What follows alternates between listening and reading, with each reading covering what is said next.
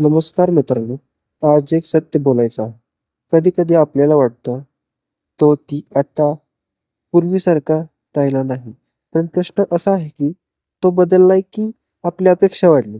नात्याच्या सुरुवातीला आपण फक्त चांगलं हळू-हळू जबाबदाऱ्या वाढतात, ताण वाढतो आणि प्रेमामध्ये अपेक्षाचे ओझे येतं. तेव्हाच आपल्याला वाटतं फीलिंग्स कमी झाले. पण आपण काही महत्त्वाच्या गोष्टी लक्षात घेतल्या पाहिजेत.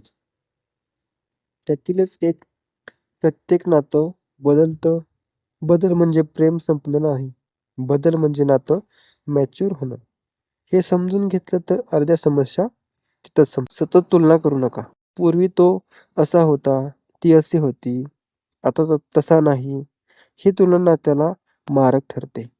आजचा जोडीदार स्वीकारणं हे खरं प्रेम आहे. मित्रांनो विसरू नका. लहान गोष्टीचाही विसर पडू देऊ नका. नात्यामध्ये प्रत्येक गोष्ट महत्त्वाची असते. नातं जपा आणि कधीही आपल्या पार्टनरला तू महत्त्वाचा आहेस किंवा तू महत्त्वाची आहेस हे शब्द नक्की बोला. कौतुक हे नात्याचे इंधन आहे आणि ते पूर्णपणे फील करण्याचा प्रयत्न करा. धन्यवाद.